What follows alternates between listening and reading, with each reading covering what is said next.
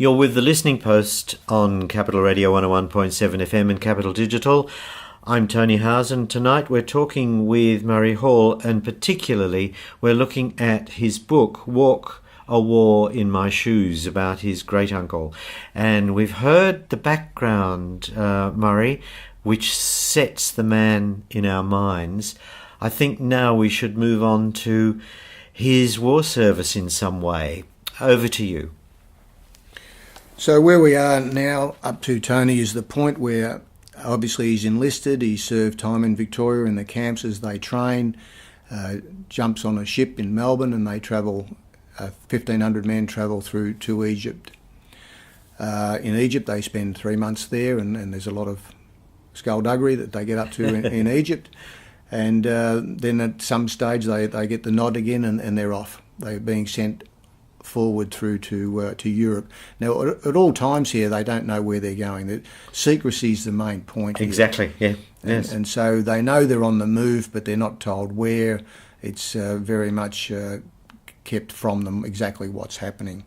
But in Egypt, they get sent to Alexandria, and they get dumped on the wharf. So we picked the story up from the wharf in Alexandria.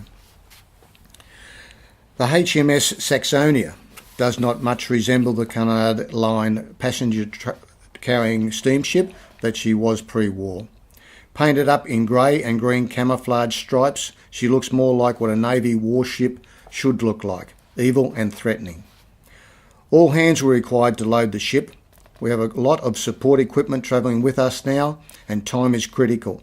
The pace is frantic, and it takes just over 2 hours to move the equipment allocated to us, and 1,100 men jump on board. It is crowded but comfortable enough. I score a decent bunk bed in a quiet room. The mess hall offers up a decent feed, which is much appreciated after having been up and eaten very little since 4 a.m. The Mediterranean Sea is very tame. I cannot see that the seasickness will be an issue on this voyage. We have a substantial escort of British Navy vessels travelling with us. The Mediterranean is full of ships hostile towards us, and we require all the ship and all the helps we can get on the 6-day journey so that we arrive in Marseille in one piece. Drill on board is constant, day and night. Lifeboat drill, small arms and rifle handling, lectures on trench warfare, constant refreshers in every aspect of war that we haven't quite arrived in yet. The crossing is uneventful, but everyone is on high alert and as nervous as Billy-O. An enemy torpedo at any time could have us in the drink. The orders are that we are going to France, but not specifically where. We are told that the front line runs roughly north-south through the centre of Belgium and down into France. The main area of concern is around the Belgium-French border, as this is the closest point for Fritz to attack Britain from, around Calais and Dunkirk. A world map on the wall of the ship is a good reference point as to how we will travel from Marseille to northern France. But all this is guesswork. There is no official communique. On the 30th of March, we sail within a half mile of Malta. The day is clear and the country looks quite barren from this distance. I can see formation ridges like large steps, and a good many houses flow down to the beach. Might be a nice place to visit under different circumstances, a lot more appealing than the sandpit of Egypt. We arrive in Marseille in the early evening of April the 1st and drop anchor. What a magnificent sight, one of the prettiest places I've ever seen. There are a lot of ships in the harbour, and the backdrop of night lights from the town make spectacular viewing.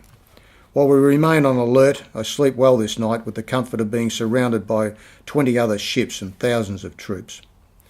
The Saxonia docks around lunchtime and we embark at 2 p.m. We march off the wharf fully laden with our packs and rifles to the train station. We entrain at 4:30 and depart at 5. Destination unknown. The train is packed to the rafters with troops and their belongings, no room to swing a cat. When you get a seat, guard it with your life, and if you need to use the toilet, trust your cobbers to make sure that the seat is still there when you return. Men are lying on the floor and between seats, anywhere a few inches can be found. There is no confirmation of how long we will be in this box for or where we will get off it. The train rattles off in a northerly direction. We roll on through the night, coughing and groaning with the discomfort of trying to sleep on top of each other. The train line follows the Rhone River north and during the night we rolled through French towns Avignon, Montpellier and Vienne. But the train does not stop. In daylight we travel over a very old bridge that an English chap on board explains was built by the Romans 2,000 years ago. As we approach Lyon, the same chap points out a variety of Roman ruins, castles, cathedrals and chateaux built hundreds, if not 1,000 years before Australia was ever discovered. I am fascinated by the age, quality and quantity of all these spectacular buildings. 150 years ago we were chopping down trees in Australia to put a roof over our head. 1,000 years or more ago the tradesmen around here were cutting limestone, sandstone, granite and marble to build infrastructure. We spend a fair amount of time on board the train discussing this subject. At 7:30am we pull into Lyon and are allowed 30 minutes to stretch our legs. Quite a few French girls are on the platform and plead for our Aussie buttons and Rising Sun badges. I wonder how Mother and Father would feel about me returning home, walking through the front gate of Cloverdale with a French tabby in tow. Back into the sardine can and off we roll again. It's not until 2:30pm the next day, when the tension and stress is at boiling point, that we arrive in Amiens, northern France. We fall out of the train aggravated and tired, only to be told that this is not our destination. Stretch your legs, boys, get some water into you and be back on board in 30 minutes. Wednesday the 5th of April, 1:30am, our 59-hour train ride comes to its conclusion when we pull up at a station called Godewinze at a small town just south of the Belgian border, about 15 miles southwest of Ypres. I'm disappointed that we bypassed Paris. They took us right round it. At least I can boast of having been across France. The railway siding has a sprinkling of Australian troops waiting for our arrival. Most of them look haggard and dirty, but the atmosphere is distinctly Aussie. Where have you jokers been? We've been waiting for you for weeks. About bloody time. Welcome to the war, chaps. Did you bring us any mail? Anyone from Bendigo here? The banter and cooeys go on for quite a while. Those on board the train cannot get off it quick enough. Everyone has an absolute gutful of the cramped 3-day rattle, limited food, no sleep or opportunity to walk around. The first, most striking observation when the platform noise abates is the thump, thump, thump of big guns in the distance.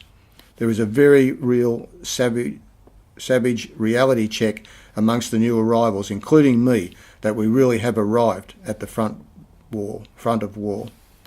I have trained for this for more than half a year, read about it, spoken about it, dug trenches, thrown grenades, pitched tents, marched hundreds of miles, but never fired a shot in anger. Now in the blink of an eye, I stand at the front door of war.